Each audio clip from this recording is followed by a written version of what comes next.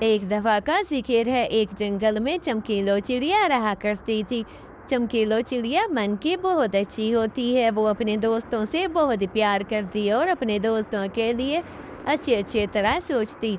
हाय मेरे दोस्त सारा दिन भोजन लेने जाते हैं, कालू जी आप तो घर पर पड़े रहते हैं।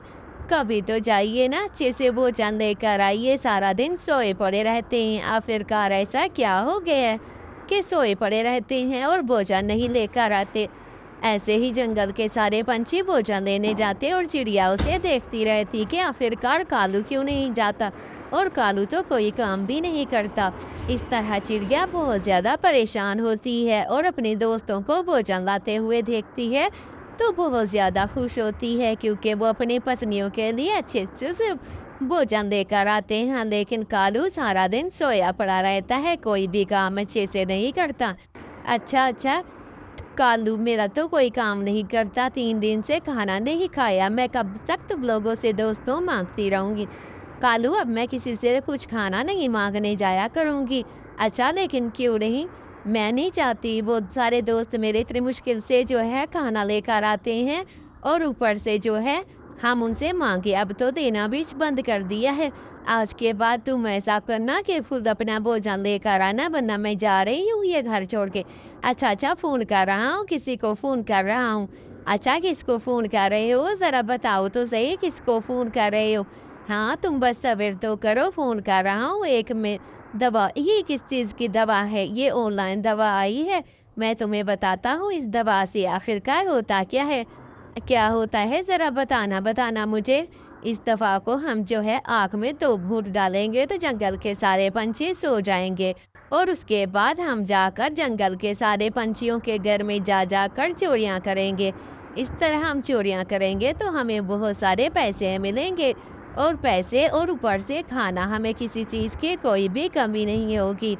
हम खाना खाएँगे, बहुत मज़ा आएगा, बहुत ज़्यादा अच्छे-अच्छे खाने खाया करेंगे। अच्छा, ऐसे अच्छे-अच्छे से खाने खाया करेंगे। हाँ, तो ऐसे ही कालू जाकर चोरियाँ करना शुरू कर देता और अच्छी-अच्छी चोरियाँ करता। वाह! कालू जी मैं तो कहती हूँ वो बहुत ज़्यादा मैं नहीं चाहती कि मैं चोरियाँ हो लेकिन कालू बिल्कुल ऐसा चाहता है। मैं तो बिल्कुल भी अपने दोस्तों का बुरा नहीं चाह सकती। लेकिन मैं क्या करूँ, मुझे जैसे-कैसे कालू का साथ देना पड़ता है।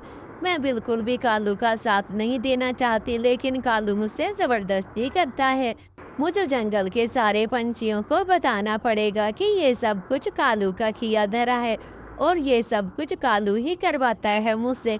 लेकिन वो अपने दोस्तों को कुछ भी नहीं बता पाती। हाय कालू, क्या हुआ? सारे जंगल के पंछी अपनी-अपनी बात बताते हैं कि कैसे उनके घर में चोरी हो रही है।